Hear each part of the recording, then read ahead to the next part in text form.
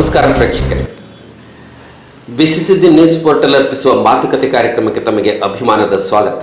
ಇಂದು ನನ್ನೊಟ್ಟಿಗೆ ಮಾತುಕತೆಯ ಕಾರ್ಯಕ್ರಮದಲ್ಲಿ ಭಾಗವಹಿಸಲಿದ್ದಾರೆ ಚಿತ್ರದುರ್ಗದ ಹೆಸರಾಂತ ಸಾಹಿತಿಗಳು, ಆರ್ಥಿಕ ತಜ್ಞರು, ರಾಜಕೀಯ ವಿಶ್ಲೇಷಕರು ಆದಂಥ GN ಮಲ್ಲಿಕಾರ್ಜುನಪ್ಪನವರು. ಸರ್, ತಮಗೆ ಅಭಿಮಾನದ ಸ್ವಾಗತ. ಒಂದು ದೇಶದ ಪ್ರಗತಿಯಲ್ಲಿ ಯುವಶಕ್ತಿಯ ಪಾತ್ರ ಬಹುದೊಡ್ಡದು ಅನ್ನುವ ಮಾತು ಕೇಳಿದ್ದೇವೆ. ಯಾಕೆ ಅಂತ ಹೇಳಿದ್ರೆ, ಸ್ವಾತಂತ್ರ್ಯದ ಸಂದರ್ಭದಲ್ಲಿ ಸುಭಾಷ್ ಚಂದ್ರ ಬೋಸ್ರವರು ಒಂದು ಕರೆ ಕೊಡ್ತಾರೆ. ಯುವಕರೇ, ನಿಮ್ಮ ದೇಹದ ಒಂದು ಹನಿ ರಕ್ತ ಕೊಡಿ, ನಾನು ನಿಮಗೆ ಸ್ವತಂತ್ರ ಭಾರತವನ್ನು ಕೊಡ್ತೇನೆ ಅಂತೇಳಿ. ಆ ಥರದಲ್ಲಿ ಗಳಿಸಿದಂತಹ ಸ್ವಾತಂತ್ರ್ಯ ಹಲವು ಮೈಲುಗಳನ್ನು ಸಾಧಿಸ್ತಾ ಇವತ್ತು ಪ್ರಜಾಪ್ರಭುತ್ವದ ಹೆಸರಿನಲ್ಲಿ ಪ್ರಗತಿಯನ್ನು ಹೊಂದುತ್ತಾ ಇರುವ ಸಂದರ್ಭದಲ್ಲಿ ಆಡಳಿತಾತ್ಮಕವಾಗಿ ಮತ್ತು ಯುವಜನತೆಗೆ ಮಾರಕವಾಗಬಲ್ಲಂತಹ ಕೆಲವು ಮಸೂದೆಗಳು ಅಥವಾ ಕಾರ್ಯಕ್ರಮಗಳು ಬಂದಾಗ ಯುವಜನತೆ ಸಿಡಿದೇಳುವಂಥದ್ದು ಸಹಜ. ಆ ನಿಟ್ಟಿನಲ್ಲಿ ಇತ್ತೀಚೆಗೆ ನೀಟಿನ ಹೆಸರಿನಲ್ಲಿ ನಡೆದಂತಹ ಒಂದು ಬೃಹತ್ತಾದ ದಂಗೆ ಭಾರತದ ರಾಜಕೀಯ ಮತ್ತು ಪ್ರಜಾಪ್ರಭುತ್ವ ವ್ಯವಸ್ಥೆಯಲ್ಲಿ ದಂಗೆಯನ್ನು ಎಬ್ಬಿಸ್ತದೆ. ಆ ನಿಟ್ಟಿನಲ್ಲಿ ಯುವಕರು ಅಂದರೆ ಹೇಗೆ ಇರಬೇಕು, ಯುವಶಕ್ತಿಯ ಪಾತ್ರ ಏನು ಅನ್ನೋದ್ರ ಕುರಿತು ಮಾತನಾಡೋಣ. ಯುವಶಕ್ತಿ ಅಂತ ಯಾರನ್ನು ಪರಿಗಣಿಸ್ತೀವಿ ಸರ್? ಇಲ್ಲ, ಈಗ ನಾವು ವಯಸ್ಸಿನಲ್ಲಿ ವರ್ಕ್ ಫೋರ್ಸ್ 15 ವರ್ಷದಿಂದ 45 ವರ್ಷದವರೆಗೂ ಯುವಶಕ್ತಿ ಅಂತ ಕರಿತೇವೆ. ಇವತ್ತು ಭಾರತದಲ್ಲಿ ಒಟ್ಟು ಜನಸಂಖ್ಯೆಯಲ್ಲಿ 65%ಕ್ಕೂ ಹೆಚ್ಚು ಯುವಕರಿದೆ. ಅದನ್ನು ನಾವು ಡೆಮೋಗ್ರಫಿಕ್ ಡಿವೈಡ್ ಅಂತ ಕರಿತೇವೆ. ಯುವಕರು ಹೆಚ್ಚಾಗಿರೋದಂಥ ಅಡ್ವಾಂಟೇಜಸ್, ಒಂದು ಕಾಲಘಟ್ಟದಲ್ಲಿ ಯುವಕರು ಹೆಚ್ಚಾಗಿರುವಂತಹ ಸಂದರ್ಭದ ಅನುಕೂಲಗಳೇನು ಅನ್ನುವಂಥದ್ದು. ಆ ಯುವಶಕ್ತಿಯನ್ನು ಉತ್ಪಾದಕ ಶಕ್ತಿಯನ್ನಾಗಿ ಬದಲಾಯಿಸುವಂಥದ್ದು ಒಂದು ಪ್ರಭುತ್ವದ ಹೊಣೆಗಾರಿಕೆ. ಅದು ಯಾರೋ ಒಬ್ಬ ವ್ಯಕ್ತಿದು ಆಗಲಿಕ್ಕೆ ಸಾಧ್ಯ ಇಲ್ಲ. ಆ ಪ್ರಭುತ್ವ ಅಂದರೆ ಆ ದೇಶ, ಪ್ರದೇಶದ ಒಂದು ಸರ್ಕಾರ ಅಂತ, ಪೊಲಿಟಿಕಲ್ ಅಡ್ಮಿನಿಸ್ಟ್ರೇಷನ್ ಅಂತೇಳಿ. ಯುವಕರನ್ನು, ಜನಸಂಖ್ಯೆಯನ್ನು ಮಾನವ ಸಂಪನ್ಮೂಲವಾಗಿ ಬೆಳೆಸುವಂಥ ಒಂದು ಹೊಣೆಗಾರಿಕೆ ಇರುವಂಥದ್ದು ಪ್ರಭುತ್ವಕ್ಕೆ. ಎಲ್ಲರೂ ಅವರಷ್ಟಕ್ಕೆ ಅವರೇ ಜ್ಞಾನಿಗಳಾಗೋದು, ಅವರಷ್ಟಕ್ಕೆ ಅವರೇ ಬೆಳೀತಾರೆ ಅನ್ನುವಂಥ ಪರಿಕಲ್ಪನೆ ಇಲ್ಲ. ಅದು ತಪ್ಪು ಕೂಡ ಹೌದು, ಬೆಳೆಸಬೇಕಾಗುತ್ತೆ ಅದನ್ನು. ಆ ಒಂದು ಹಿನ್ನೆಲೆಯಲ್ಲಿ ಇವತ್ತು ಭಾರತದಲ್ಲಿ ಯುವಶಕ್ತಿ ಹೆಚ್ಚಿರುವಂಥ ಸಂದರ್ಭದಲ್ಲಿ ಆ ಯುವಶಕ್ತಿಯನ್ನು ಮಾನವ ಸಂಪನ್ಮೂಲವನ್ನಾಗಿ ಮಾಡಿಕೊಂಡು ಒಳ್ಳೆಯ ಬದುಕನ್ನು ಕಟ್ಟಿಕೊಡುವಂಥದ್ರ ಮುಖಾಂತರವಾಗಿ ಒಂದು ಸುಸ್ಥಿರ ವ್ಯವಸ್ಥೆಯನ್ನು ಕಾಪಾಡಬೇಕು. ಈ ಸುಸ್ಥಿರ ಒಂದು ಸಮಾಜವನ್ನು ನಿರ್ಮಾಣ ಮಾಡಬೇಕು ಅಂತ ಹೇಳಿದ್ರೆ, ಆ ನಾಡಿನಲ್ಲಿ ಬದುಕ್ತಕ್ಕಂತಹ ವ್ಯಕ್ತಿಗಳಿಗೆ ಅಥವಾ ಶಕ್ತಿಗಳಿಗೆ ಒಂದು ಆರೋಗ್ಯ ಇರಬೇಕು, ಒಂದು ಜ್ಞಾನ ಸಂಪತ್ತಿರಬೇಕು ಮತ್ತು ರಕ್ಷಣಾ ವ್ಯವಸ್ಥೆ ಬಲವಾಗಿದ್ದರೆ ಆ ದೇಶ ಸುಭಿಕ್ಷವಾಗಿರುತ್ತೆ ಅನ್ನುವಂಥ ಮಾತಿದೆ. ಇತ್ತೀಚೆಗೆ ತಾನೇ ಸ್ಪರ್ಧಾತ್ಮಕ ಜಗತ್ತಿನಲ್ಲಿ ವಿದ್ಯಾರ್ಥಿಗಳನ್ನು ಸ್ಪರ್ಧಾತ್ಮಕ ಪರೀಕ್ಷೆಗಳ ಮೂಲಕ ಉನ್ನತ ಮಟ್ಟದ ವ್ಯಾಸಂಗಕ್ಕೆ ಅಣಿಗೊಳಿಸುವ ಸಂದರ್ಭದಲ್ಲಿ ಭಾರತ ದೇಶದಲ್ಲಿ ನಡೆದಂತಹ ಒಂದು ಪರೀಕ್ಷೆ, ರಾಷ್ಟ್ರವ್ಯಾಪಿಯಾದ ಪರೀಕ್ಷೆ, ಒಂದು ನೀಟ್ ಅಂತೇಳಿ. ನೀಟ್ ಅಂದ್ರೆ ಏನು, ಇದರ ವಿಸ್ತೃತ ರೂಪ ಮತ್ತು ಇದರ ವೈಶಿಷ್ಟ್ಯತೆ ಏನು? ಅಲ್ಲ, ಈಗ ನಾವು ವಿಶೇಷವಾಗಿ ಒಂದೇ ಒಂದು ಕಾರಣಕ್ಕೆ ಆರೋಗ್ಯ ಕ್ಷೇತ್ರದಲ್ಲಿನ ಶಿಕ್ಷಣ ವ್ಯವಸ್ಥೆಯ ಒಳಗಡೆ, ಅದರಲ್ಲೂ ಕೂಡ MBBS ಮತ್ತು PG, UG, PG ಮತ್ತಿತರ ಅದಕ್ಕೆ ಅಲೈಡ್ ಇರುವಂಥವುಗಳಿಗೆ ಆಯ್ಕೆ ಮಾಡ್ಕೊಳ್ಳೋದಕ್ಕೆ ನೀಟ್ ಪರೀಕ್ಷೆಯನ್ನು ಮಾಡಿತ್ತು. ಅದೊಂದು ಆರೋಗ್ಯ ಕ್ಷೇತ್ರಕ್ಕೆ ಹೆಚ್ಚು ಒಳಗೊಂಡಿದ್ದು. ಬೇರೆ ಬೇರೆ ಕ್ಷೇತ್ರಗಳಿಗೆ JEE ಇದೆ, ಇಂಜಿನಿಯರಿಂಗು, ಇದೆಲ್ಲನೂ ಕೂಡ. ಈಗ ನಮಗೆ ನೀವು ನೀಟ್ ಅಂದ ತಕ್ಷಣ ಈಗ ನಾವು ಇವತ್ತಿನ ಪ್ರಕರಣಗಳನ್ನು ನಾವು ಇಟ್ಕೊಂಡು ಮಾತಾಡೋದಾದರೆ, ಈ ಪರೀಕ್ಷೆಯನ್ನು ರಾಷ್ಟ್ರ ಮಟ್ಟದಲ್ಲಿ ತಗೊಂಡು ಬಂದಿದ್ದು ಎಲ್ಲ ಒಂದು ರಾಜ್ಯಗಳಲ್ಲಿ ಇರುವಂತಹ ಈ ವೈದ್ಯಕೀಯ ಶಿಕ್ಷಣ ಸಂಸ್ಥೆಗಳೇನಿದ್ದಾವಲ್ಲ, ಅವುಗಳಲ್ಲಿ ಆ ವೈದ್ಯಕೀಯ ಶಿಕ್ಷಣದ ಗುಣಮಟ್ಟವನ್ನು ಕಾಪಾಡ್ಕೋಬೇಕು ಅಂತ ಬಂತದ್ದು. ನಿಮಗೆ ಗೊತ್ತಿದ್ದ ಹಾಗೆ ಶಿಕ್ಷಣ ಅನ್ನುವಂಥದ್ದು ಭಾರತೀಯ ಸಂವಿಧಾನದ ಪ್ರಕಾರ ಅದು ಸಹವರ್ತಿ, ಅಂದರೆ ಕನ್ಕರೆಂಟ್ ಲಿಸ್ಟ್ ಒಳಗಡೆ ಇರುವಂಥದ್ದು. ಕೇಂದ್ರ ಸರ್ಕಾರದ ಒಂದು ಹೊಣೆಗಾರಿಕೆ, ರಾಜ್ಯ ಸರ್ಕಾರದ ಹೊಣೆಗಾರಿಕೆ ಎರಡನ್ನೂ ಇಟ್ಕೊಂಡಿರುವಂಥದ್ದು. ಆದರೆ ಇಲ್ಲಿ ಕೇಂದ್ರ ಸರ್ಕಾರ ಏನು ಮಾಡ್ತು, ಒಕ್ಕೂಟ ವ್ಯವಸ್ಥೆ, ಒಂದು ಗುಣಮಟ್ಟದ ಶಿಕ್ಷಣ ಬೇಕು ಅನ್ನೋಂಥದ್ದನ್ನು ಮುಂದಿಟ್ಕೊಂಡು ಅದಕ್ಕೆ ರಾಜ್ಯಗಳು ಸಹಕರಿಸಿದ್ದು ನೀಟ್ ಪರೀಕ್ಷೆಯನ್ನು ತಗೊಂಡು ಬಂದು. ಈ ಪರೀಕ್ಷೆ ಏನಾಯಿತು, ಸ್ಪರ್ಧಾತ್ಮಕ ಪರೀಕ್ಷೆ ಆಗಿರೋದ್ರಿಂದ ಆ ಸ್ಪರ್ಧೆಯಲ್ಲಿ ಪಾಲ್ಗೊಳ್ಳುವ ಜನ ಇದ್ದಾರಲ್ಲ ವಿದ್ಯಾರ್ಥಿಗಳು, ಆ ಪಾಲ್ಗೊಳ್ಳುವ ವಿದ್ಯಾರ್ಥಿಗಳು ವಿವಿಧ ವಲಯಗಳಿಂದ ಬಂದಿರುವಂಥವ್ರುಗಳು. ಅಂದರೆ ಅಸಮಾನ ಸಾಮಾಜಿಕ ಆರ್ಥಿಕ ಶೈಕ್ಷಣಿಕ ವ್ಯವಸ್ಥೆಯಿಂದ ಬಂದಿರುವಂಥವ್ರುಗಳು ಸಮಾನ ನೆಲೆಯಲ್ಲಿ ಬರುವಂಥ ಒಂದು ಪರೀಕ್ಷೆಯನ್ನು ಫೇಸ್ ಮಾಡಬೇಕಾದ್ರೆ ಏನಾಗುತ್ತೆ, ಅಲ್ಲಿ ಏರುಪೇರುಗಳಾಗ್ತವೆ, ಇಂಜಸ್ಟಿಸ್ಗಳು ಆಗ್ತವೆ.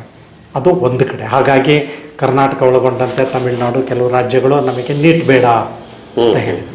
ಯಾಕೆ ಬೇಡ ಅಂತ ಹೇಳಿದರೆ, ಈಗ ನೀಟ್ ಪರೀಕ್ಷೆ ಸ್ಪರ್ಧಾತ್ಮಕ ಪರೀಕ್ಷೆ ಬಂತು ಅಂದ ತಕ್ಷಣ ಆ ಸ್ಪರ್ಧಾತ್ಮಕ ಪರೀಕ್ಷೆಗಳಿಗೆ ತಯಾರು ಮಾಡ್ತೀವಿ ಅನ್ನುವಂತಹ ಈ ಒಂದು ತರಬೇತಿ ಸಂಸ್ಥೆಗಳಿದಾವಲ್ಲ, ಅವುಗಳು ಸ್ಪರ್ಧಾತ್ಮಕವಾಗಿಯೇ ಹುಟ್ಟುಕೊಂಡು ಈ ಸ್ಪರ್ಧೆ ಅನ್ನುವಂಥದ್ದು ಅನಾರೋಗ್ಯಕರ ನೆಲೆಗೆ ಹೇಗೆ ಬಂದು ನಿಂತ್ಕೊಳ್ತು ಅಂತ ಹೇಳಿದರೆ, ಈ ಒಂದು ಸ್ಪರ್ಧಾತ್ಮಕ ಪರೀಕ್ಷೆಗಳಿಗೆ ತರಬೇತಿ ನೀಡುವಂಥ ಒಂದು ಸಂಸ್ಥೆಗಳು ಮತ್ತು ಆ ತರಬೇತಿಯನ್ನು ಪಡೆಯಲಿಕ್ಕೆ ಏನು ಫೀಸ್ಗಳನ್ನು ಶುಲ್ಕಗಳನ್ನು ಕೊಡ್ತಾರಲ್ಲ, ಆ ಒಂದು ವಲಯ ಅಂದರೆ ಯಾರಿಗೆ ಸಬಲೀಕರಣ ಇದೆ, who are capable to pay the fees fixed by them ಇದೆಯಲ್ಲ, ಅಲ್ಲೊಂದು ಸ್ಪರ್ಧೆ ಏರ್ಪಡ್ತು. ಈ ಸ್ಪರ್ಧೆ ಅನಾರೋಗ್ಯಕರವಾಗಿ ಎಲ್ಲಿಂದ ಬಂತು ಅಂತ ಹೇಳಿದರೆ, ಪರೀಕ್ಷೆಗಳನ್ನು ಒಂದು ಅನೈತಿಕ ಮಾರ್ಗದಲ್ಲಿ, ಕಾನೂನು ಬಾಹಿರ ಮಾರ್ಗಗಳಲ್ಲಿ ಫೇಸ್ ಮಾಡುವಂಥ ರೀತಿಯಲ್ಲಿ ಬಂತು. ಈಗ ಪರೀಕ್ಷೆಗಳನ್ನು ನಡೆಸುವಂಥ ಒಂದು ವ್ಯವಸ್ಥೆ ಯಾವುದಪ್ಪ ಅದು ಪ್ರಭುತ್ವ ಮೂಲದ್ದು. ಒಂದು ಸ್ವಾಯತ್ತ ಸಂಸ್ಥೆ ಆಗಿರ್ಬೋದು, ಸ್ವಾಯತ್ತ ಸಂಸ್ಥೆ ಆದರೂ ಕೂಡ ಇಟ್ ಇಸ್ ಗೌರ್ಮೆಂಟ್ ಮೇಡ್ ಒಂದೇನೆ, ಯಾಕಂದ್ರೆ ಅಲ್ಲಿರೋ ನೌಕರರು ಸಿಬ್ಬಂದಿ ಎಲ್ಲನೂ ಮಾಡ್ಬೇಕಾಗಿರೋದು ಮಾಡ್ಬೋದು. ಕೊನೆಗೆ ಎಲ್ಲಿಗೆ ಬರುತ್ತದು ಅಂತ ಹೇಳಿದರೆ, ಸರ್ಕಾರದ, ಈಗ ಕರ್ನಾಟಕ ಸರ್ಕಾರ KPSC ನಡೆಸುತ್ತೆ ಅಂತ ಹೇಳಿದರೆ ಸರ್ಕಾರಕ್ಕೆ ಬರುತ್ತೆ, ಯಾರು ನೇಮಕಾತಿ ಮಾಡ್ತಾರೆ. ಹಾಗೆ ಈ NTA ನ್ಯಾಷನಲ್ ಟೆಸ್ಟಿಂಗ್ ಏಜೆನ್ಸಿ ಅಂತ ಏನಿತ್ತಲ್ಲ, ಅವರಿಗೆ ಈ ಪರೀಕ್ಷೆಯನ್ನು ಕಂಡಕ್ಟ್ ಮಾಡುವಂಥದ್ದನ್ನು ಕೊಟ್ಟರು. ಇಲ್ಲಿ ಪ್ರಶ್ನೆ ಪತ್ರಿಕೆಗಳನ್ನು ಸೋರಿಕೆ ಮಾಡುವಂಥ ಒಂದು ವಲಯ ಬಂತು. ಇದು ಇವತ್ತಲ್ಲ, ಎಲ್ಲ ಕಾಲದಲ್ಲೂ ಕೂಡ. ಇವನ್ ನಾವು ಮೈಸೂರು ಯೂನಿವರ್ಸಿಟಿ ಇದ್ದಾಗಲಿಂದಲೂ ಕೂಡ KPSCನಲ್ಲೂ ಕೂಡ ಈ ಏನು ಲಿಖಿತ ಪರೀಕ್ಷೆ ಆಗಲಿ, ವೈವಾ ಆಗಲಿ, ಇಲ್ಲಿ ಒಂದು ಭ್ರಷ್ಟ ವ್ಯವಸ್ಥೆ, ಭ್ರಷ್ಟ ಮನಸ್ಸುಗಳು ರೂಪುಗೊಂಡ್ವು. ಯಾಕೆ ಅಂತ ಹೇಳಿದ್ರೆ ಕ್ವಿಕ್ ಮನಿ ಮೇಕಿಂಗ್, ಬೇಕಾದವ್ರಿಗೆ ಅವಕಾಶ ಸೃಷ್ಟಿ ಮಾಡಿಕೊಡೋದು. ಇದು ಬಂದಾಗ ಏನಾಯಿತು, ಪ್ರಶ್ನೆ ಪತ್ರಿಕೆ ಸೋರಿಕೆ ಆಯಿತು. ನಿಮಗೆ ಗೊತ್ತಿದ್ದಂಗೆ ಆ ಪ್ರಶ್ನೆ ಪತ್ರಿಕೆಯ ಸೋರಿಕೆಯ ಕಾರಣಕ್ಕೆ ಅದು ನಿಜ ಅಂತ ಕಂಡು ಬಂದದ್ದಕ್ಕೆ ಪುನರಪಿ ಇನ್ನೊಂದು ಎಕ್ಸಾಮಿನೇಷನ್ ಕಂಡಕ್ಟ್ ಮಾಡೋಕ್ಕೆ ಬಂತು. ಮಕ್ಕಳಿಗೆ ಅದರಿಂದ ಭಯ ಉಂಟಾಗಕ್ಕೆ ಶುರುವಾಯಿತು. ಈಗ ನಾವು ಪರೀಕ್ಷೆಯನ್ನು ಒಂದು ಸಾರಿ ಬರೆದು ಅದನ್ನೆಲ್ಲನೂ ಕೂಡ ರಿಲ್ಯಾಕ್ಸ್ ಆಗಿರ್ತೀವಿ, ಆಮೇಲೆ ನೆಕ್ಸ್ಟ್ ಏನೋ ಎಂತೋ ಹೇಗೆ ಅನ್ನುವಂಥ ಭಯ ಬೇರೆ ಬಂತು. ಮತ್ತು ಇನ್ನೊಂದು ಸಾರಿ ತರಬೇತಿ ತಗೋಬೇಕು ಅಂದರೆ ಇನ್ನೊಂದು ಸಾರಿ ದುಡ್ಡು ಕೊಡಬೇಕಾ, ಕೌಟುಂಬಿಕ ವಲಯದಲ್ಲಿ ಅವರ ಪೋಷಕರ ಒಂದು ಅಶಕ್ತತೆಯೂ ಕೂಡ ಇರುತ್ತೆ. ಅಲ್ಲಿಗೆ ಕಾನ್ಫಿಡೆನ್ಸನ್ನು ಕಳ್ಕೊಂಡಂಥ ಮಕ್ಕಳೇನು ಮಾಡಿದರು, ಸೂಯಿಸೈಡ್ಗಳು ಮಾಡ್ಕೊಳ್ತಾ ಗೊತ್ತಿದೆ ಎಷ್ಟಾಗಿದೆ ಹೀಗೆ ಅಂತ. ಸೊ ಇದರ ಜೊತೆಗೆ ಯಾರು 5-5 ಲಕ್ಷ 6-6 ಲಕ್ಷಕ್ಕೆ ಒಂದೊಂದು ಪೇಪರು ಪ್ರಶ್ನೆಗಳನ್ನು ಮಾಡ್ಕೊಂಡಿದ್ರಲ್ಲ, ಆ ಒಂದು ವ್ಯವಸ್ಥೆಗೂ ಈ ಕೆಲವು ಬಂಡವಾಳಶಾಹಿ ಮತ್ತು ರಾಜಕೀಯ ವ್ಯವಸ್ಥೆಗಳಿಗೂ ನಂಟಿರೋದನ್ನು ನೋಡಿ ಅಲ್ಲಿ ಅಸಹನೆಗಳು ಸೃಷ್ಟಿಯಾದವು. ಅದು ಪ್ರಭುತ್ವದ ವಿರುದ್ಧದ ಒಂದು ಚಳುವಳಿಯಾಗಿ ಅದು ಇತ್ತೀಚೆಗೆ, ಅಂದ್ರೆ ಯಾವ ನೀಟ್ ಎಕ್ಸಾಮು ನೀಟಾಗಿ ನಡೆದು ವಿದ್ಯಾರ್ಥಿಗಳಿಗೆ ಅರ್ಹತೆಗೆ ತಕ್ಕಂತೆ ಅವರಿಗೆ ವ್ಯಾಸಂಗಕ್ಕೆ ಅನುಕೂಲ ಸಿಗಬೇಕಾಗಿತ್ತು, ಅದು ಸಿಗಲಿಲ್ಲ. ಅದರ ಭ್ರಷ್ಟದ ಮೂಲವನ್ನು ಹುಡುಕ್ತಾ ಹೊರಟಾಗ ಕರಾಳ ಮುಖಗಳು ಬಯಲಿಗೆ ಬಂದು, ಆ ಸಂದರ್ಭದಲ್ಲಿ ವಿದ್ಯಾರ್ಥಿಗಳ ಸಹನೆ ಕಟ್ಟೆ ಹೊಡೆದು ಅವರು ಪ್ರಭುತ್ವದ ವಿರುದ್ಧ ಸಿಡಿದೆದ್ರು. ಅದು ಕಟ್ಟೆ ಹೊಡೆಯೋದಕ್ಕೆ ಅವಕಾಶ ಆಗಿದ್ದು ಇನ್ನೊಂದು ಘಟನೆ ಇದೆ. ಇವಾಗ ನಮ್ಮ ಬಹಳಷ್ಟು ಜನಗಳಲ್ಲಿ ಅಸಹನೆ ಇವತ್ತು ಮಡುಗಟ್ಟಿದೆ, ಬೇರೆ ಬೇರೆ ಆರ್ಥಿಕ ಕಾರಣಗಳಿಗೂ ಸಾಂಸ್ಕೃತಿಕ ಕಾರಣಗಳಿಗಾಗಿ. ಇವತ್ತು ಒಂದು ಅಸಹನೆಯ ಮಡುವಿನಲ್ಲಿ ನಾವು ಇವತ್ತು ದೋಣಿ ಸಾಗಲಿ ಮುಂದೆ ಹೋಗಲಿ ಅಂತ ಹೇಳ್ತಿದ್ವಲ್ಲ, ಅದು ಈ ಅಸಹನೆಯ ಒಂದು ಸಾಗರದಲ್ಲಿ ನಾವು ದೋಣಿಯನ್ನು ನಡೆಸಬೇಕಾಗಿದೆ.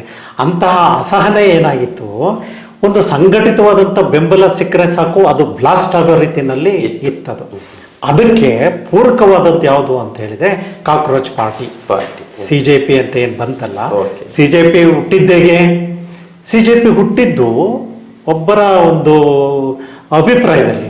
ಚೀಫ್ ಜಸ್ಟಿಸ್ ಆಫ್ ಇಂಡಿಯಾ ಒಂದು ಮಾತನ್ನ ಸಾಂದರ್ಭಿಕವಾಗಿ ಹೇಳಿದ್ದು ಅದೊಂದು ಮಾತು. ಅವ್ರನ್ನ ಟಾರ್ಗೆಟ್ ಮಾಡೋದು ಅದು ಬೇರೆ ಪ್ರಶ್ನೆ, ಅದಲ್ಲ.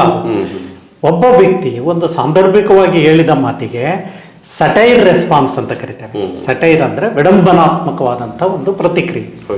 ಒಬ್ಬ ವ್ಯಕ್ತಿ ಏನ್ ಮಾಡಿದ್ರೆ ಎಲ್ಲೋ ಕೂತಿದ್ದನ್ನು ಒಂದು ವಿಡಂಬನಾತ್ಮಕವಾಗಿ ಒಂದು ಪ್ರತಿಕ್ರಿಯೆ ರೂಪದಲ್ಲಿ ಒಂದು ಕಾಕ್ರೋಚ್ ಅಂತ ಹೇಳಿದ್ರಲ್ಲ, ನಾನು ಕಾಕ್ರೋಚ್ ಪಕ್ಷ ಕಟ್ಟಿದೆ ಅಂತೇಳಿ ಅದನ್ನೆಲ್ಲ ನೋಡಿದ ತಕ್ಷಣನೇ ಇವತ್ತು ಸಾಮಾಜಿಕ ಜಾಲತಾಣ ತುಂಬ ಸ್ಟ್ರಾಂಗ್ ಆಗಿರೋದ್ರಿಂದ ಆಕ್ಸೆಸ್ ಆಫ್ ಇನ್ಫಾರ್ಮೇಷನ್ ಟೆಕ್ನಾಲಜಿ ಕಾರಣಕ್ಕೆ ಭಾಳ ವೇಗವಾಗಿ ಆಗೋದ್ರಿಂದ ಅದೇನಾಯಿತು, ಇವರು ನಾನು ಅಜೆಂಡಾ ಹೀಗಿದೆ, ನಾನು ಇಂಥದ್ದು ಮಾಡ್ತೇನೆ, ಈ ಪರೀಕ್ಷೆಗಳನ್ನು ಕಂಡಕ್ಟ್ ಮಾಡೋದಕ್ಕೆ ಮಾಡ್ತೀವಿ, ಮತ್ತು ಜಡ್ಜಸ್ಗಳನ್ನು ಮತ್ತು ರಾಜಕೀಯದ ಪೋಸ್ಟ್ಗಳಿಗೆ ಅಪಾಯಿಂಟ್ ಮಾಡಿ ಇಂಥವೆಲ್ಲನೂ ಬಂದಾಗ ಏನಾಯಿತು, ಈ ಅಸಹನೆಗಳನ್ನು ಹೊರಗೆ ಹಾಕೋದಕ್ಕೆ ಒಂದು ಅವಕಾಶ ಕಲ್ಪಿತ ಆಯಿತು.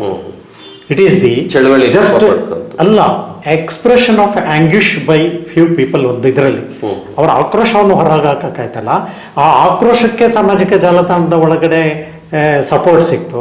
ಸಪೋರ್ಟ್ ಸಿಕ್ಕಾಗ ಏನಾಯ್ತು, ಅವ್ರಿಗೆ ಇಶ್ಯೂಸ್ ಬೇಕಾಗಿತ್ತು. ಇವು ಈ ನಿರುದ್ಯೋಗಕ್ಕೂ ಶಿಕ್ಷಣಕ್ಕೂ ಸಂಬಂಧ ಇದೆ, ನೀಟ್ ಎಕ್ಸಾಮಿನೇಷನ್ಗೂ ಉದ್ಯೋಗ ವ್ಯವಸ್ಥೆಗೂ ಸಂಬಂಧ ಇದೆ. ಹಾಗಾಗಿ ಏನಾಯ್ತು, ನಮ್ಮ ಶಿಕ್ಷಣ ವ್ಯವಸ್ಥೆಯ ಒಳಗೆ ಉದ್ಯೋಗದ ನಿರಾಕರಣೆ ಅದ ಒಂದು ಬಂತಲ್ಲ, ಅದರ ಒಂದು ಹತಾಶೆಗಳೇನಿದ್ವಲ್ಲ, ಆ ಹತಾಶೆ ಜೊತೆಗೆ ರಿಕ್ರೂಟ್ಮೆಂಟ್ನಲ್ಲಿ ಆಗ್ತಾ ಇರುವಂತಹ ಒಂದು ಅನ್ಯಾಯಗಳಿದ್ವು. ಒಂದು ಕಡೆಗೆ ಈ ಪೊಲೀಸ್ ಸಬ್ ಇನ್ಸ್ಪೆಕ್ಟರ್ ರಿಕ್ರೂಟ್ಮೆಂಟ್ ಅಲ್ಲಿ ಎಷ್ಟದ ಓಸು ಕೂಡ ಸೇಲ್ ಆಗಿದ್ದಾವೆ ಅಂತ ಹೇಳಿದ್ರೆ, ಇವೆಲ್ಲವೂ ಕೂಡ ಯುವಕರಲ್ಲಿ ಮಡುಗಟ್ಟಿತ್ತು, ಪೋಷಕರಲ್ಲೂ ಮಡುಗಟ್ಟಿತ್ತು.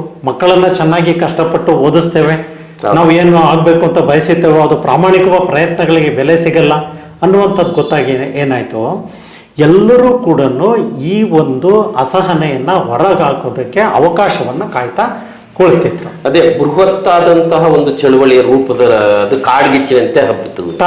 ಯಾಕೆ ಅಂತ ಹೇಳಿದ್ರೆ ಇದನ್ನ ತಡಿಬೇಕಲ್ಲ.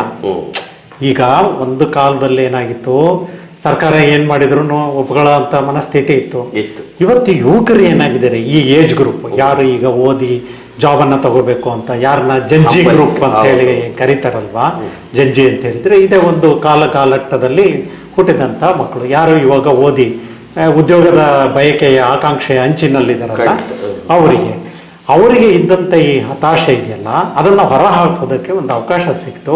ಅವಾಗ ಏನು ಮಾಡಿದ್ರು, ಈ ಕಾಕ್ರೋಚ್ ಜನತಾ ಪಾರ್ಟಿ ಸಂಘಟನಾತ್ಮಕ ರೂಪ ಕೊಡ್ತು. ಅಲ್ಲಿವರೆಗೂ ಕೂಡ ಇದೊಂದು ಆನ್ಲೈನ್ ಅಥವಾ ಒಂದು ತಂತ್ರಜ್ಞಾನದ ನೆಲೆಯಲ್ಲಿ ಈ ಸಾಮಾಜಿಕ ಜಾಲತಾಣದಲ್ಲಿ ಇದ್ದಂಥದ್ದೇ ಹೊರತುನು ಇದಕ್ಕೊಂದು ಭೌತಿಕವಾದ ಸಂಘಟನಾತ್ಮಕ ರೂಪ ಸಿಕ್ಕಿರಲಿಲ್ಲ. ಅವಾಗ ಏನಾಯ್ತು, ಇದು ಮುಷ್ಕರ ಮಾಡ್ತೀವಿ ಅಂತ ಹೇಳಿ ಬಂದಾಗ ಜಂತರ್ ಮಂತರ್ನಲ್ಲಿ ಅವರು ಮುಷ್ಕರವನ್ನು ಆರಂಭ ಮಾಡ್ತಾರೆ.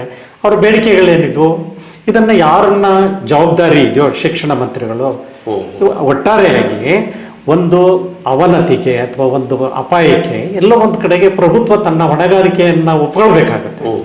ಅಲ್ಲಿ ಪ್ರಭುತ್ವದ ಹೊಣೆಗಾರಿಕೆ ಇಲ್ಲ ಅನ್ನೋ ಕಾರಣಕ್ಕೆ ಧರ್ಮೇಂದ್ರ ಪ್ರಧಾನ್ ಅವರು ಶಿಕ್ಷಣ ಮಂತ್ರಿಗಳಾಗಿದ್ದರು, ಜವಾಬ್ದಾರಿ ಹೊತ್ತಿದ್ರು, ಅವ್ರು ರಾಜೀನಾಮೆ ಕೊಡಬೇಕು. ಇವೆಲ್ಲ ಒಂದು ಪೊಲಿಟಿಕಲ್ ವೇ ಇದಾವಲ್ಲ, ಆ ರೀತಿಯಲ್ಲಿ ಇವ್ರು ಕೊಡಬೇಕು, ಮತ್ತು ಇವ್ರಿಗೆ ಪನಿಷ್ಮೆಂಟ್ ಆಗಬೇಕು, ಶಿಕ್ಷೆ ಆಗಬೇಕು, ಮತ್ತು ಯಾರ ಮಕ್ಕಳುಗಳು ಸುಯಿಸೈಡ್ ಮಾಡ್ಕೊಂಡಿದ್ದಾರೋ ಅವರಿಗೆ ಪರಿಹಾರವನ್ನು ಕೊಡಬೇಕು. ಇವೆಲ್ಲವುಗಳನ್ನು ಇಟ್ಕೊಂಡು ಒಂದು ಪ್ರತಿಭಟನೆಗಳು ಆರಂಭ ಆದವು. ಆ ಪ್ರತಿಭಟನೆಗಳಿಗೆ ಎಲ್ಲರೂ ಕೂಡ ಸೇರ್ಕೊಳ್ತಾ ಬಂದರು. ಮತ್ತು ಆ ಪ್ರತಿಭಟನೆಯನ್ನ ಹ್ಯಾಂಡಲ್ ಮಾಡುವಂಥ ರೀತಿ ಏನಿತ್ತು ಪ್ರಭುತ್ವದ, ಯಾವುದೇ ಒಂದು ಚಳುವಳಿ ಪ್ರತಿಭಟನೆಗಳನ್ನು ಯಾವುದೇ ಪ್ರಭುತ್ವ ಯಾವುದೇ ಪಕ್ಷದ್ದಾಗಿರಲಿ ಅವ್ರು ಹ್ಯಾಂಡಲ್ ಮಾಡೋ ವಿಧಾನ ಏನಾಗಿರುತ್ತೆ ಅಂತ ಹೇಳಿದ್ರೆ, ಮೊದಲನೇದಾಗಿಯೇ ಒಂದು ಲೀಗಲ್ ಆ್ಯಕ್ಷನ್ ಥರದಲ್ಲಿರುತ್ತೆ. ಈಗ ಸದ್ಯವನ್ನು ಕೇಳಿದ್ದಕ್ಕೆ ಈ ಥರದಲ್ಲಿ ಮಾಡ್ತಾರೆ ಅನ್ನುವಂಥದ್ದು, ಮತ್ತು ಅದಕ್ಕೆ ಸಪೋರ್ಟಿವ್ ಆಗಿ ಇದಕ್ಕೆ ನಾನು ಒಂದು ಎಕ್ಸಾಂಪಲನ್ನು ತಗೊಳ್ಳೋದಕ್ಕೆ ಇಷ್ಟಪಡ್ತೇನೆ. ಈ 2014 ಇದೇ NDA ಸರ್ಕಾರ ಅಧಿಕಾರಕ್ಕೆ ಬರೋದಕ್ಕಿಂತ ಮುಂಚಿನ ಚಳುವಳಿ ಭ್ರಷ್ಟಾಚಾರ ನಿರ್ಮೂಲನಾ ಆಂದೋಲನ ಬಂತು. ಅದರಲ್ಲಿ ಅಣ್ಣಾ ಹಜಾರೆ ಸೇರ್ಕೊಂಡ್ರು, ಎಲ್ಲನೂ ಕೂಡ ಬಂತು. ಅದಕ್ಕೆ ಇದೇ ಭಾಜಪ ಸಂಬಂಧಿತ ಎಲ್ಲರೂ ಕೂಡ ಸಪೋರ್ಟ್ ಮಾಡಿದ್ರು. ಅದೊಂದು ಚಳುವಳಿಯಾಗಿ ಬಂತು. ಆ ವಿಷಯದಲ್ಲಿ ಮತ್ತದು ಪೊಲಿಟಿಕಲ್ ಸಂಘಟನೆಗಳಾದವು. AAP ಅನ್ನುವಂಥ ಪಾರ್ಟಿ ಉಟ್ಕೊಂಡಿದ್ದು ಚಳುವಳಿಗೆ. ಹಾಗಾಗಿ ಇದು ರಾಜಕೀಯ ಒಂದು ಇಂಟರ್ಫರೆನ್ಸ್ ಅಂತ ಕರಿತೇವೆ. ಈ ಹುಡುಗರುಗಳು ತಮ್ಮ ಸಮಸ್ಯೆಯನ್ನು ಬಗೆಹರಿಸ್ಕೊಳ್ಳೋದಕ್ಕೆ ಏನು ಚಳುವಳಿಗಳನ್ನು ಮಾಡ್ಕೊಳ್ತಾ ಇದ್ರು, ಆ ಚಳುವಳಿಗಳು ಪ್ರಭುತ್ವ ವಿರೋಧ ರಾಜಕೀಯ ಪಕ್ಷಗಳಿದ್ವಲ್ಲ, ಸಹಜವಾಗಿ ಅವರು ಬೆಂಬಲಿಸುವಂಥದ್ದಾಗುತ್ತೆ. ರಾಜಕೀಯ ಹಸ್ತಕ್ಷೇಪನವಾಯಿತು. ರಾಜಕೀಯ ಹಸ್ತಕ್ಷೇಪ ಆಯಿತು ಅಂದ ತಕ್ಷಣನೇ ಪ್ರಭುತ್ವ ಇನ್ನಷ್ಟು ಗಟ್ಟಿಯಾಗುತ್ತೆ. ಅಲ್ಲಿ ಪೊಲೀಸ್ ಆಕ್ಷನ್ಸ್ಗಳನ್ನು ಬಳಸಿದ್ರು. ಕೊನೆಗೆ ಎಲ್ಲಿಗೆ ಬಂತು ನಮಗೆ ಗೊತ್ತಿದ್ದ ಹಾಗೆ ಅಂತ ಹೇಳಿದರೆ, ಇದು ಒಂದು ರೀತಿ ದೇಶವ್ಯಾಪಿ ಆಯಿತು. ಮತ್ತು ಅದನ್ನು ಗಮನಿಸುವಂಥ ರಾಷ್ಟ್ರಗಳು ಇದ್ದಾವೆ. ಇದನ್ನು ಒಂದು ತಡಿಲಿಕ್ಕೆ ಮತ್ತೊಂದು ಪೊಲಿಟಿಕಲ್ ಮೇಜರ್ ಆಗಿ ಏನು ಮಾಡಿದರು, ಪ್ರಧಾನಮಂತ್ರಿಗಳು ಮತ್ತು ಸರ್ಕಾರ ಎಲ್ಲ ಸೇರಿ ಧರ್ಮೇಂದ್ರ ಪ್ರಧಾನ್ ಅವ್ರನ್ನ ರಾಜೀನಾಮೆಯನ್ನು ಪಡ್ಕೊಂಡ್ರು. ಇದಾಯ್ತದು. ಇದು ಒಂದು. ಎರಡನೇದಾಗಿ ಇವರು ಮಾಡುವಂಥದ್ದೇನು, ಈಗ ಏನೇನು ಆಶ್ವಾಸನೆಗಳನ್ನು ಕೊಟ್ಟಿದ್ದಾರಲ್ವ, ಇವಾಗ ಬರ್ತಾ ಇರೋದೇನು, ಚರ್ಚೆ ಆಗ್ತಾ ಇರೋದೇನು, ಮತ್ತು ನಾವು ಇವತ್ತು ಮಾತಾಡ್ತಿರೋದು ಯಾವ ಕಾರಣಕ್ಕೆ ಅಂತ ಹೇಳಿದರೆ, ಈ ಕಾಕ್ರೋಚ್ ಜನತಾ ಪಾರ್ಟಿ ಇದೆಯಲ್ಲ ಮತ್ತು ಈ ಮೂಲದ ಚಳುವಳಿ ಇದೆಯಲ್ಲ, ಈ ಚಳುವಳಿ ಮುಂದೇನಾಗುತ್ತೆ, ವಾಟ್ ನೆಕ್ಸ್ಟ್ ಅನ್ನುವಂಥದ್ರ ಬಗ್ಗೆ ಒಂದು 3 ವಿಭಾಗಗಳಲ್ಲಿ ಅಥವಾ ಆಯಾಮಗಳಲ್ಲಿ ನಾವು ನೋಡ್ಬೋದು. ಒಂದು, ಈಗ ಯಾವ ಭರವಸೆಗಳನ್ನು ಸರ್ಕಾರ ಕೊಟ್ಟಿದೆ ಆ ಭರವಸೆಗಳನ್ನು ಈಡೇರಿಸುವಂಥದ್ದನ್ನು ವಾಚ್ ಮಾಡಿಕೊಂಡು ಅಲ್ಲಿ ವ್ಯತ್ಯಯಗಳು ಆದರೆ ಮತ್ತೆ ಅದರಲ್ಲಿ ಬರುವಂಥದ್ದು. ಈಗ ಎರಡನೇ ಈ ಕಾಕ್ರೋಚ್ ಪಾರ್ಟಿ ಅನ್ನುವಂಥದ್ದು ಆರಂಭ ಆಗಬೇಕಾದ್ರೆ ಅವರಿಗೆ ಯಾವುದೇ ಒಂದು ಮುಂದಾಲೋಚನೆ ಆಗಲಿ, ಅಜೆಂಡಾ ಆಗಲಿ, ಪೂರ್ವ ಸಿದ್ಧತೆ ಆಗಲಿ ಏನೂ ಇರಲಿಲ್ಲ. ಅದೊಂದು ಎಕ್ಸ್ಟೆಂಪೋ ಕಾಂಟ್ಯಾಕ್ಚುಯಲ್ ರಿಯಾಕ್ಷನ್ ಆಗಿ ಬಂತು ಸಾಂದರ್ಭಿಕವಾಗಿ. ಈಗ ಇಷ್ಟೊಂದು ದೇಶವ್ಯಾಪಿ ಜಗತ್ತಿನಾದ್ಯಂತ ಇದೊಂದು ಗುರುತಿಸಲ್ಪಡುವಂಥ ಇವೆಂಟ್ ಆಗಿದ್ದರಿಂದ ಈಗ ಅವ್ರುಗಳಾದರೂ ಕೂಡ ಒಂದು ಸಂಘಟನಾತ್ಮಕವಾಗಿ ನಾವು ಮುಂದುವರಿತೀವಿ ಅನ್ನುವಂಥದ್ದನ್ನು ಅವರು ಎಕ್ಸ್ಪ್ರೆಸ್ ಮಾಡಿದ್ದಾರೆ. ಹಾಗಾದರೆ ಅವ್ರು ಮುಂದುವರಿತಾರೆ ಅನ್ನೋದಾದರೆ ಹೇಗೆ ಪ್ರಭುತ್ವದ ಜೊತೆಗೆ ಕೈ ಜೋಡಿಸ್ತಾರೋ, ಅಥವಾ ತಮ್ಮ ಇಶ್ಯೂಸ್ ಏನಿದ್ವಲ್ಲ ಶೈಕ್ಷಣಿಕ ಇವತ್ತು ಪರೀಕ್ಷೆಗಳಿಗೆ ಸಂಬಂಧಪಟ್ಟ ಹಾಗೆ ಅದನ್ನು ಈ ಉದ್ಯೋಗ ವ್ಯವಸ್ಥೆಯ ಕಡೆಗೆ ವಿಸ್ತರಿಸ್ತಾರೋ, ಅಂದರೆ ಅವರ ವ್ಯಾಪ್ತಿಯನ್ನು ವಿಸ್ತರಿಸಿಕೊಳ್ಳುವ ನೆಲೆಯಲ್ಲಿ ಅವರು ಒಂದಿಷ್ಟು ಯೋಚನೆ ಮಾಡ್ತಾ ಇರುವಂಥ ಒಂದು ಸೂಕ್ಷ್ಮತೆಗಳನ್ನು ಹೊರಗೆ ಹಾಕಿದ್ದಾರೆ ಅವರು. ಬೇರೆ ನೀವು ಹೇಳಿದಾಗೆ ಬೇರೆ ಬೇರೆ ಸಮಸ್ಯೆಗಳು ಇದ್ದಾವೆ. ಇದರಲ್ಲಿ ಶೈಕ್ಷಣಿಕ ಒಂದು ಸಮಸ್ಯೆಗಳಿದ್ದಾವೆ, ವಿಶ್ವವಿದ್ಯಾನಿಲಯಗಳಿದೆ, ಶಿಕ್ಷಣದ ಖಾಸಗೀಕರಣ ಇದೆ, ಬಹಳಷ್ಟು ನೇಮಕಾತಿ ಇದೆ, ಇವುಗಳಲ್ಲಿ ಅನ್ಯಾಯಗಳಾಗ್ತಾ ಇರೋವಂಥದ್ದು. ಹಾಗಾಗಿ ಈ ನಮ್ಮ ಬದುಕಿನ ವಿವಿಧ ಕ್ಷೇತ್ರಗಳಲ್ಲಿ ಆಗುವಂತಹ ಎಲ್ಲ ಅನ್ಯಾಯಗಳ ಕಡೆಗೆ ಇವರ ಒಂದು ಕಾರ್ಯಾಚರಣೆ ಹೊರಳುತ್ತಾ ಅನ್ನುವಂಥದ್ದು ಒಂದು. ಈ ವಿಷಯ ವ್ಯಾಪ್ತಿ ಹೆಚ್ಚಾದ ಹಾಗೆ ಸಂಘಟನಾ ನೆಲೆಗಟ್ಟು ಕೂಡ ಜಾಸ್ತಿ ಆಗಬೇಕಾಗುತ್ತೆ. ಹಾಗಾಗಿ ಇವರು ಸಂಘಟನಾ ಸಂರಚನೆಗಳು, ಸ್ಟ್ರಕ್ಚರ್ ಏನಿದೆಯಲ್ಲ, ಆ ಒಂದು ಸ್ಟ್ರಕ್ಚರನ್ನು ಹೇಗೆ ಮಾಡ್ಕೊಳ್ತಾರೆ, AIP ಮಾದರಿನ ತಗೊಳ್ತಾರೋ, ಇವೆಲ್ಲವೂ ಕೂಡ ಇನ್ನೂ ಅವ್ರಿಗೂ ಕೂಡ ಒಂದು ಕನ್ವಿಕ್ಷನ್ಸ್ ಇಲ್ಲ, ಕ್ಲಾರಿಟಿ ಇಲ್ಲ. ಬಹುಶಃ ಈ ಟೈಮಲ್ಲಿ ಅವರುಗಳು ಅದನ್ನು ಮಾಡ್ಕೋಬೋದು ಅಂಥೇಳಿ ನಾವು ಮೂರನೇದಾಗಿ ನಾವು ಏನು ಆಶಿಸ್ಬೋದು ಅಂತ ಹೇಳಿದರೆ, ಅಭಿವೃದ್ಧಿ ಎನ್ನುವಂಥದ್ದು ಪ್ರಭುತ್ವದ ಕ್ರಿಯಾಶೀಲತೆ ಮತ್ತು ಕಾರ್ಯಾಚರಣೆ ಅನ್ನುವಂಥದ್ದು ಪ್ರಗತಿ ವಿರೋಧಿ, ಜೀವ ವಿರೋಧಿ ಈ ಥರದಲ್ಲಿ ಜಡ್ಡುಗಟ್ಟಿದಾಗ, ಅಂದರೆ ಸಂವಿಧಾನಿಕ ಆಶಯಗಳು ಏನಿದ್ದಾವಲ್ಲ, ಇವತ್ತು ನಮ್ಮದು ಸುಖಿ ರಾಜ್ಯ, ವೆಲ್ಫೇರ್ ಸ್ಟೇಟ್ ಅನ್ನುವಂಥದ್ದೇ ಬಹಳ ಮುಖ್ಯವಾದದ್ದು. ಆ ವೆಲ್ಫೇರ್ ಸ್ಟೇಟ್ನ ಆಶಯಗಳಿಂದ ಪ್ರಭುತ್ವ ದೂರ ಸರಿಯುವಂಥ ಸಂದರ್ಭಗಳು ಬಂದಾಗ ಈ ಚಳುವಳಿಗಳು ಅವುಗಳನ್ನು ಪುನರ್ಸ್ಥಾಪಿಸುವ ಕೆಲಸವನ್ನು ಎಲ್ಲ ಕಾಲಘಟ್ಟಗಳಲ್ಲೂ ಮಾಡಿಬಂದಿದ್ದಾವೆ. ಉದಾಹರಣೆಗೆ ನಮಗೆ 79-85 ಸಂದರ್ಭದಲ್ಲಿ ಅಸ್ಸಾಮಿನಲ್ಲಿ ಆದಂತಹ ಒಂದು ವಿದ್ಯಾರ್ಥಿಗಳ ಚಳುವಳಿ ಇದು ನೆನಪಿಸುವಂಥದ್ದಿದೆ. ಆ ಸಂದರ್ಭದಲ್ಲಿ ಅಲ್ಲಿ ಇನ್ಫಿಲ್ಟ್ರೇಷನ್ ಇತ್ತು, ಅಂದರೆ ನುಸುಳುವಿಕೆ ಇತ್ತು. ಆ ಒಂದು ಸಮಸ್ಯೆಯನ್ನು ಬಗೆಹರಿಸಿಕೊಳ್ಳುವಂಥದ್ದು ಕಾರಣಕ್ಕೆ ಇವರು ಒಂದು ಆಲ್ ಅಸ್ಸಾಂ ಗಣಸಂಗ್ರಾಮ್ ಪರಿಷತ್ ಅನ್ನುವಂಥದ್ದನ್ನು ಮಾಡಿದರು. ಅದರ ಹೋರಾಟಗಳು 5-6 ವರ್ಷ ನಡೆದು ರಾಜೀವ್ ಗಾಂಧಿ ಅವರ ನೇತೃತ್ವದಲ್ಲಿ ಸಂಧಾನಗಳಾದವು. ಇವತ್ತು ಮೋದಿಜಿಯವರು ಏನು ಈ ಕ್ರಮಗಳನ್ನು ಕೈಗೊಂಡಿದ್ದಾರೆ, ಅವತ್ತು ರಾಜೀವ್ ಗಾಂಧಿ ಅವರು ಕೂಡ ಅವರನ್ನು ಯುವಕರ ಈ ಒಂದು ಆಶಯಗಳನ್ನು, ಉದ್ದೇಶಗಳನ್ನು, ಚಳುವಳಿಯ ಆಶಯಗಳನ್ನು ಒಪ್ಪಿದ್ರು. ಕೊನೆಗೆ ಅದೇನಾಯಿತು, ಅದೊಂದು ರಾಜಕೀಯ ಸಂಘಟನೆ ಆಯಿತು. ಆ ಕಾರಣಕ್ಕೆ ಪ್ರಫುಲ್ ಕುಮಾರ್ ಮಹಂತ ಮುಖ್ಯಮಂತ್ರಿ ಆದರು. ಈ ಎಲ್ಲವೂ ಕೂಡ ಜ್ಞಾಪಿಸುವಂತಹ ಚಳುವಳಿ ಇದರಲ್ಲಿ ಕಾಣ್ತವೆ.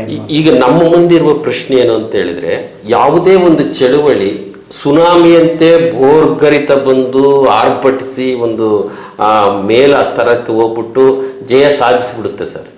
ಆದರೆ ದಿನ ಕಳೆದಂತೆ ಅಥವಾ ಸಂಘಟನೆ ಮತ್ತು ಆ ಸಂಘಗಳ ಸ್ಥಾಪನೆಯ ನೆಪದಲ್ಲಿ ಒಂದಷ್ಟು ಸಂಘರ್ಷಗಳಾಗ್ತಾ ಅವು ತಮ್ಮ ಮೂಲ ಆಶಯವನ್ನೇ ಕೈ ಬಿಟ್ಬಿಟ್ಟು ಅಧಿಕಾರದ ಕಡೆಗೆ ವಾಲ್ ಬಿಡ್ತಾವಲ್ಲ, ರಾಜಿ ಸೂತ್ರಕ್ಕೆ ಬರ್ತಾವಲ್ಲ ಅನ್ನುವಂಥದ್ದು ಇದು ನಮ್ಮ ಬಹುತೇಕ ಬಹಳಷ್ಟು ಬೇರೆ ದೇಶಗಳ ಒಂದು ಅನುಭವ ಕೂಡ ಆಗಿದೆ. ಅದು ಚಳುವಳಿಗಳು ಯಾವ ಆಶಯದಲ್ಲಿ ಉಂಟಾಗ್ತವೆ, ಆ ಆಶಯಗಳು ಪೂರ್ಣಗೊಳ್ಳುವ ಮೊದಲೇ ಆ ಚಳುವಳಿಯನ್ನು ಮಾಡುವಂಥವರುಗಳು ರಾಜಕೀಯ ಆಕಾಂಕ್ಷೆಗಳನ್ನು ಬೆಳೆಸ್ಕೊಂಡು ಬರ್ತಾರೆ. ನಮ್ಮ ದಲಿತ ಬಂಡಾಯ ಚಳುವಳಿಗಳು ಕೂಡ ಹಾಗೆ ಆಯಿತು.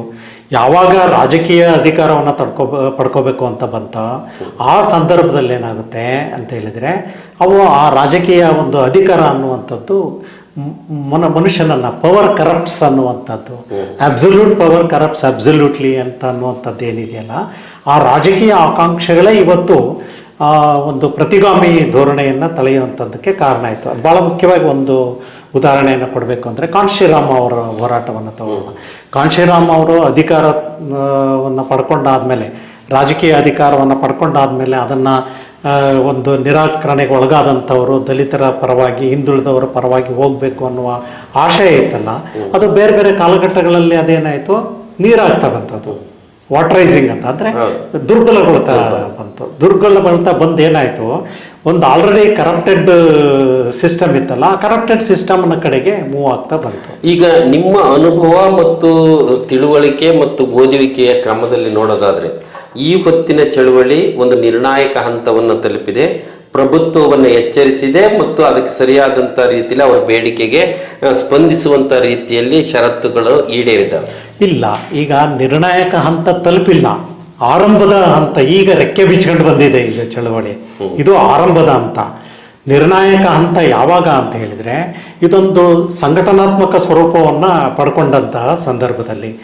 ಈಗ ನಾವು ನೋಡಬೇಕಾಗಿರೋದು ಕಾದು, ಅಥವಾ ನಮ್ಮ ಆಶಯ ಏನಿದೆ ಅನ್ನೋದನ್ನು ಕೂಡ ಹೇಳೋಣ. ಈಗ ನಮ್ಮ ನೋಡಬೇಕಾಗಿರೋದು ಮುಂದೆ ಇವ್ರು ಏನು ಮಾಡ್ತಾರೆ, ಇಷ್ಟಕ್ಕೆ ನಿಲ್ಲಿಸ್ಕೊಳ್ತಾರ, ಅಥವಾ ಏನಾದರೂ ಅಡಾಕ್ ಅಂದರೆ ಏನಾದರೂ ಒಂದು ತೊಂದರೆ ಆಯಿತು ಅಂತ ಹೇಳಿದರೆ ಬರೋದು ಹೋಗೋದು ಹಾಗೆ ಮಾಡ್ತಾರ, ಬಹುಶಃ ಹಾಗಾಗ್ಲಿಕ್ಕಿಲ್ಲ ಅಂತ ಅನಿಸುತ್ತೆ. ನಮ್ಮ ಆಶಯ ಏನು ಅಂತ ಹೇಳಿದರೆ ಈ ಚಳುವಳಿಗಳು ಒಂದು ಸಂಘಟನಾತ್ಮಕ ರೂಪವನ್ನು ಪಡ್ಕೊಂಡು ರಾಜಕೀಯ ಅಧಿಕಾರದ ಕಡೆಗೆ ಕಾನ್ಸಂಟ್ರೇಟ್ ಮಾಡೋದನ್ನು ಕೈ ಬಿಟ್ಟರೆ ನಿಜಕ್ಕೂ ಇವು ಶುದ್ಧವಾಗಿ ಉಳ್ಕೊಳ್ಳಿಕ್ಕೆ ಸಾಧ್ಯ ಆಗುತ್ತೆ ಅಂತ.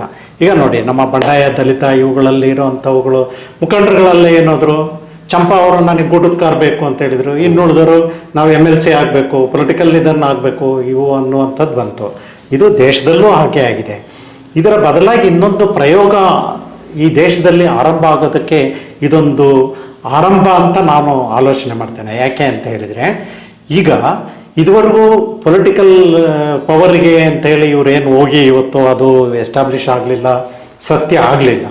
ಅದರ ಬದಲಾಗಿ ಇನ್ನೊಂದು ಪ್ರಯೋಗ ಯಾವುದು ಅಂತ ಹೇಳಿದರೆ, ಆ ಪೊಲಿಟಿಕಲ್ ಫ್ರಾಡ್ಸ್ ಅಥವಾ ತಪ್ಪುಗಳನ್ನು ತಿದ್ದುವಂಥ ಒಂದು ಪ್ರೆಷರ್ ಗ್ರೂಪ್ ಆಗಿ ನಿರ್ಮಾಣವಾಗಿ ನಿರಂತರವಾಗಿ ಹೋಗೋ ಸಾಧ್ಯತೆಗಳನ್ನು ಕೂಡ ನಾವು ನೋಡಬೇಕು. ಇವರು ಪೊಲಿಟಿಕಲ್ ಇದು ಅಂದ ತಕ್ಷಣ ಪಕ್ಷಗಳು ರಾಜಕೀಯ ಇವೆಲ್ಲ ಬಂದ್ಬಿಡ್ತವೆ. ಅದರ ಬದಲಾಗಿ ಅಲ್ಲ, ಇವತ್ತಿನ ಸ್ಥಿತಿಯನ್ನು ಗಮನಿಸಿದ್ರೆ ಇದು ಹೇಗೆ ಅಣ್ಣಾ ಹಜಾರೆ ಅವರ ಹಂತದಲ್ಲಿ ನಡೆದ ಚಳುವಳಿಯ ಮೂಲಕ AAP ಅಸ್ತಿತ್ವಕ್ಕೆ ಬಂದು ತನ್ನ ಬಾಹುಳ್ಯವನ್ನು ಚಾಚಕ್ಕೆ ಹೋಗಿ ಒಂದಷ್ಟು ಎಡವಟ್ಟುಗಳನ್ನು ಮಾಡಿಕೊಡ್ತು, ಅದೇ ರೀತಿಯ ಲಕ್ಷಣಗಳು ಗೋಚರಿಸ್ತಾ ಇದ್ದಾವೆ. ಇದು ನಿಜ. ಈಗ ಏನು ಗೊತ್ತಾ, ಈಗ ಒಂದು ಚಳವಳಿಗೆ ಇವ್ರು ಕುಂತರು ಅಂತ ಹೇಳಿದ್ರೆ ಆ ಸಂದರ್ಭಕ್ಕೆ ಎಲ್ಲರೂ ಸಪೋರ್ಟ್ ಮಾಡ್ತೀವಿ ಅಂತ ಬರ್ತಾರೆ.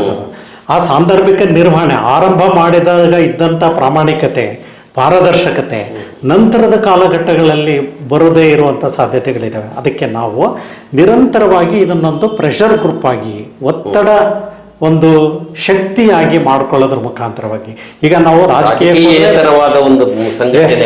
ನಾವು ರಾಜಕೀಯಕ್ಕೆ ಹೋದ್ರೆ ಪಲ್ಯೂಟ್ ಆಗ್ತೀವಿ ಅಂತ ಅನ್ನುವಂಥದ್ದು ಬಂದಾಗ, ಪಲ್ಯೂಟ್ ಆಗದಲ್ಲೇ ಒಂದು ಒತ್ತಡ ತಂತ್ರವನ್ನು ರೂಪಿಸಿಕೊಂಡು ಪ್ರಭುತ್ವವನ್ನು ವಾಚ್ ಡಾಗ್ ಅಂತ ಏನು ಕಾವಲು ನಾಯಿಯ ಥರದಲ್ಲಿ ಒತ್ತಡ ಸಮೂಹ ಅಂತ ಬಂದರೆ, ಯಾವ್ಯಾವ ಸಂದರ್ಭದಲ್ಲಿ ಪ್ರಭುತ್ವ ಜೀವ ವಿರೋಧಿ ಮತ್ತು ಜನವಿರೋಧಿ ನಿಲುವುಗಳನ್ನು ತಳೆಯುತ್ತೋ ಅವಾಗೆಲ್ಲನೂ ಕೂಡ ಹಸ್ತಕ್ಷೇಪ ಮಾಡೋದಕ್ಕೆ ಒಂದು ಸಿದ್ಧವಾದಂಥ ಮಾದರಿಗಳು ಇರ್ತವೆ ಎನ್ನುವಂಥದ್ದು. ಆ ದೃಷ್ಟಿನಲ್ಲಿ ಇವತ್ತು ನಾವು ಈ ಒಂದು ಚಳವಳಿಯಿಂದ ಏನು ನಿರೀಕ್ಷೆ ಮಾಡುತ್ತೆ ಇರೋದು ಅಂತ ಹೇಳಿದರೆ, ಇದು ರಾಜಕೀಯ ಒಂದು ಶಕ್ತಿಯಾಗಿ ಬೆಳೆಯದೆ ಒಂದು ಒತ್ತಡ ಗುಂಪು ಅನ್ನುವಂಥದ್ದು ಆದರೆ, ಇದರ ಒಳಗಡೆ ಎಲ್ಲ ಕಾಲಮಾನದ ಜಂಜಿ ಗ್ರೂಪ್ ಇರ್ತಾರೆ, ಮಕ್ಕಳು ಬರ್ತಾರೆ, ದೊಡ್ಡವರು ಬರ್ತಾರೆ, ಇಂಟೆಲೆಕ್ಚುಯಲ್ಸ್ ಬರ್ತಾರೆ, ಇವರೆಲ್ಲರೂ ಕೂಡ ಬರುವ ಸಾಧ್ಯತೆಗಳು ಇದ್ದಾವೆ. ಹಾಗಾಗಿ ನಮ್ಮ ಆಶಯ ಇವತ್ತು ನಾವು ಏನು ಸಂಘಟಕರುಗಳಲ್ಲಿ ಕೇಳ್ಕೋಬಹುದು ಅನ್ನುವಂಥದ್ದು ಯಾವುದು ಅಂದರೆ, ಈಗ ಆಲ್ರೆಡಿ ನಾವು ನೋಡಿರುವಂತಹ ಉದಾಹರಣೆಗಳಿದ್ದಾವಲ್ಲ, ಆ ಕಡೆ ಆಗೋದರ ಬದಲಾಗಿ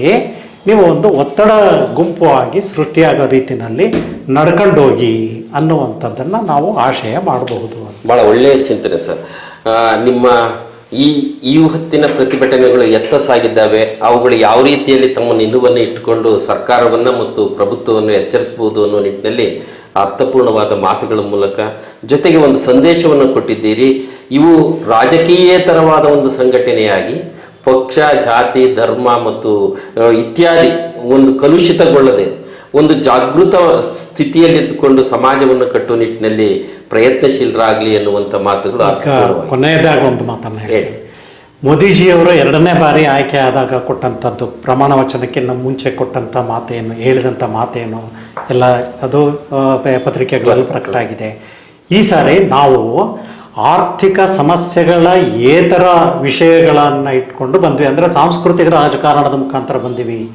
ನೋ ಲಾಂಗರ್ ಅಂದರೆ ಈ ನಿರುದ್ಯೋಗ ಆಗಲಿ, ಬಡತನ ಆಗಲಿ, ಇವ್ಯಾವೂ ಕೂಡ ಮತಗಟ್ಟೆಯ ಇಶ್ಯೂಸ್ಗಳು ಆಗಲ್ಲ ಅನ್ನುವಂಥದ್ದನ್ನು ಹೇಳಿದರು. ಇವತ್ತಿದೇನು ತೋರಿಸ್ತಾ ಇದೆ, ಸಾಂಸ್ಕೃತಿಕ ಕಾರಣಗಳೇತರವಾಗಿ ಇವತ್ತು ಸಾಂಸ್ಕೃತಿಕ ರಾಜಕಾರಣವನ್ನು ಇವತ್ತೇನು ನೋಡ್ತಾ ಇದ್ದೀವಲ್ವಾ, ಇಲ್ಲಿ ಯಾರೂ ಬರಲಿಲ್ಲ.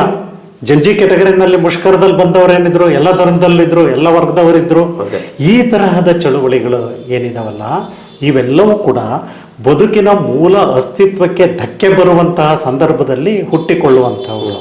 ಹಾಗಾಗಿ ಎಚ್ಚರಿಕೆ ಏನು ಅಂತ ಹೇಳಿದ್ರೆ, ನಾವು ಸಾಂಸ್ಕೃತಿಕ ರಾಜಕಾರಣದ ಬದಲಾಗಿ ಜೀವಪರವಾದಂತಹ ಒಂದು ಸುಖಿ ರಾಜ್ಯ ನಿರ್ಮಾಣವಾಗುವಂತಹ ಒಂದು, ನಾವು ಯುವಕರುಗಳಿಗೆ ಇವತ್ತು ಉದ್ಯೋಗಗಳನ್ನು ಕೊಡಬೇಕು ಮತ್ತು ಆ ಉದ್ಯೋಗಗಳು ಸುಸ್ಥಿರವಾಗಿರಬೇಕು, ಶಿಕ್ಷಣಕ್ಕೂ ಉದ್ಯೋಗ ವ್ಯವಸ್ಥೆಗೂ ಸಂಬಂಧ ಇರಬೇಕು. ಇವೆಲ್ಲವುಗಳನ್ನು ನಾವು ಮಾಡಬೇಕೇ ಹೊರತು ಈ ಒಂದು ಅಸಹಿಷ್ಣುತೆಯ ರಾಜಕೀಯ, ಈ ಧರ್ಮ ಯಾವುದೇ ಆಗಿರಲಿ, ಕುವೆಂಪು ಅವರು ಬಹಳ ಸ್ಪಷ್ಟವಾಗಿ ಹೇಳ್ತಾರೆ, ನಾವು ಈ ಸಾಂಸ್ಕೃತಿಕ ರಾಜಕಾರಣದಿಂದ ಹೊರಬರಬೇಕು ಅನ್ನೋವಂಥದ್ದಕ್ಕೆ, ಓ ಬನ್ನಿ ಸೋದರರೇ ಬೇಗ ಬನ್ನಿ, ಗುಡಿ ಚರ್ಚು ಮಸಜೀದಿಗಳ ಬಿಟ್ಟು ಹೊರ ಬನ್ನಿ. ಯಾಕೆ ಹೇಳ್ತಾರೆ ಅಂತ ಹೇಳಿದ್ರೆ, ಸ್ಪಾಯಿಲ್ ಮಾಡ್ತಾ ಇರುವಂಥದ್ದು ಈ ಒಂದು ಸ್ಥಿತಿ. ಈ ಸಾಂಸ್ಕೃತಿಕ ರಾಜಕಾರಣದ ಭಾಗಗಳಾಗಿ ಗುಡಿ ಚರ್ಚು ಮಸಜೀದಿಗಳು ಹುಟ್ಕೊಂಡಿದ್ದಾವೆ. ಅದನ್ನ ಬಿಟ್ಟು ಹೊರ ಬನ್ನಿ ಅಂತ ಯಾಕೆ ಹೇಳ್ತಾರೆ ಅಂತ ಹೇಳಿದ್ರೆ, ಅವನ್ನ ನೀವು ಒಳಗಡೆ ಇಟ್ಕೊಳ್ಳಿ, ಇವನ್ನ ಸಾರ್ವಜನಿಕವಾಗಿ ತರಬೇಡಿ. ಈ ಒಂದು CJP ಅನ್ನುವಂಥ ಪಕ್ಷ ಇದೆಯಲ್ಲ, ಇದೊಂದು ಮಾದರಿಯಾಗಿ ನಿಲ್ಲಬೇಕು ಅನ್ನುವಂಥದ್ದಾದರೆ ಅದು ಒತ್ತಡ ಶಕ್ತಿಯಾಗಿ ನಿಂತ್ಕೊಂಡ್ರೆ ಪ್ರಾಮಾಣಿಕ ನೆಲೆಯಲ್ಲಿ ಗಟ್ಟಿಯಾಗಿರುತ್ತೆ. ಇಲ್ಲ ಅಂತ ಹೇಳಿದ್ರೆ ನೋಡಿ, ರೈತ ಚಳವಳಿ ತುಂಬಾ ಚೆನ್ನಾಗಿದ್ದದ್ದನ್ನ ನಂಜುಂಡಸ್ವಾಮಿ ಅವರು ರಾಜಕಾರಣಕ್ಕೆ ಹೋದ ಕಾರಣಕ್ಕೆ ಅದು ವಿಘಟನೆಗಳನ್ನು ಬಂತು. ದಲಿತ ಬಂಡಾಯ ಇವುಗಳು ಹಾಗೆ ಆಯಿತು. ಇದಾಗಬಾರ್ದು ಅನ್ನೋದಾದರೆ ಇವತ್ತು ನಮ್ಮ ಆಶಯಗಳೇನು ಅಂತ ಹೇಳಿದರೆ, ಈ ಒಂದು ರಾಜಕೀಯ ಸಂಘಟನೆಯಾಗಿ ಇದೇನಾದರೂ CJP ಬೆಳಿಬೇಕು ಅನ್ನುವಂಥ ಉದ್ದೇಶ ಇದ್ದರೆ ಅದು ಈ ಮತಗಟ್ಟೆ ರಾಜಕಾರಣ ಹೊರಗಿರಬೇಕು ಅನ್ನುವಂಥದ್ದು. ಮತ್ತು ಇಷ್ಟನ್ನು ಮಾತಾಡಲಿಕ್ಕೆ ಅವಕಾಶ ಮಾಡಿಕೊಟ್ಟಂಥ ತಮಗೆ ಧನ್ಯವಾದಗಳು. ಖಂಡಿತ ಸರ್, ನೀವು ನಮ್ಮ ಕರೆಗೆ ಹೋಗೊಟ್ಟು ಮಾತುಕತೆಯಲ್ಲಿ ಮುಕ್ತವಾಗಿ ಮಾತನಾಡಿದ್ದಕ್ಕಾಗಿ ಬಿಸುದ್ದಿ ವಾಹಿನಿ ಬಳಗದ ಪರವಾಗಿ ನಿಮಗೆ ಅಭಿನಂದನೆಗಳು. ಧನ್ಯವಾದ. ಆತ್ಮೀಯ ಪ್ರೇಕ್ಷಕರೇ, ಕೇಳಿದ್ರಲ್ಲ, ಒಂದು ಶಕ್ತಿ, ಒಂದು ಚಳುವಳಿ ಅದು ತನ್ನ ಪಾವಿತ್ರ್ಯತೆಯನ್ನು ಉಳಿಸ್ಕೊಂಡು ಪ್ರಗತಿಪರ ಚಿಂತನೆಯನ್ನು ಮಾಡ್ತಾ ಪ್ರಭುತ್ವವನ್ನು ಎಚ್ಚರಿಸುವ ನಿಟ್ಟಿನಲ್ಲಿ ಇಂಥ ಚಳುವಳಿಗಳು ಮುನ್ನಡಲಿ ಎನ್ನುವಂಥ ಮಾತುಗಳನ್ನು ಹೇಳಿದಂಥ ಮಲ್ಲಿಕಾರ್ಜುನಪ್ಪ ಅವರ ಮಾತುಗಳನ್ನು ಮುಂದಿನ ವಾರ ಮತ್ತೊಬ್ಬ ಅತಿಥಿಯೊಂದಿಗೆ ಭೇಟಿಯಾಗ್ತೀನಿ. ಅಲ್ಲಿವರೆಗೂ